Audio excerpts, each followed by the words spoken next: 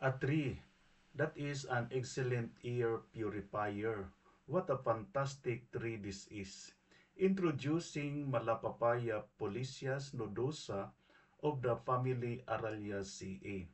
The genus Polycias is derived from Greek, where poly means many and skias means shadows, pointing to the plant's ability to thrive in the shade. The species name nodosa is a Latin term for nodes, referring to the characteristics of the leaves with many swollen nodes along the rockies. Malapapaya is a medium-sized, moderately fast-growing tree with a straight cylindrical bole that is usually branchless up to 15 meters. Its name, Malapapaya, is derived from the scar left by the leaves after falling, like that of papaya.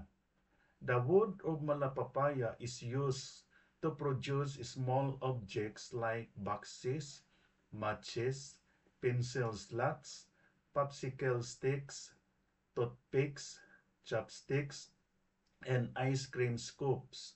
The wood is also used for light construction.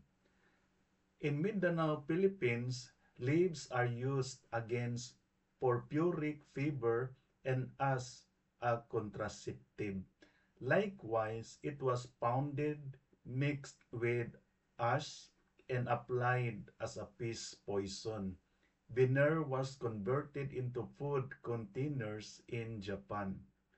Malapapaya is an excellent air purifier, absorbing pollutants and releasing oxygen, which is a fun fact that enhances its desirability as a house plant.